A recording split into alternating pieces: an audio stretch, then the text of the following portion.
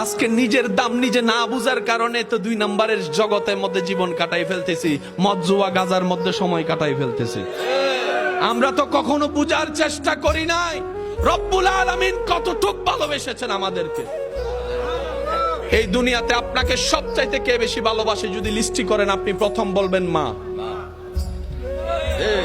মায়ের চাইতে আর কাউকে বেশি ভালোবাসার জায়গা কি কেউ দেয়? বলেন না ভাইয়া, দেয়?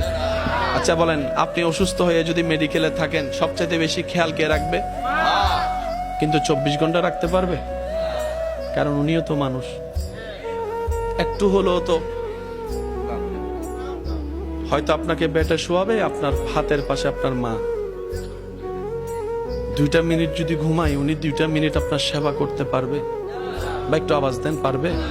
খেয়াল রাখতে পারবে? অসম্ভব। এখন মা তো মানুষ, ওয়াশরুমে তো যেতেই হবে, তখন খেয়াল রাখতে পারবে না? মা তো একটু মাঝে মধ্যে একটু ব্যক্তিগত কাজেও যেতে পারে, সময় এখন আপনাকে খেয়াল রাখতে পারবে না?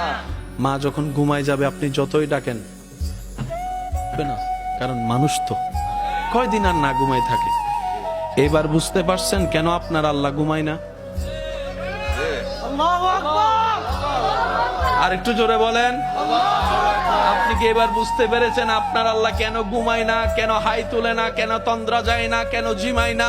রব্বুল আলামিন বলে কোন জায়গায় রাত তো কোন জায়গায় দিন, দিনওয়ালাও আমার বান্দা, রাতওয়ালাও আমার বান্দা, জেগেওয়ালাও আমার বান্দা, ঘুমের মধ্যেও তো আমার বান্দা।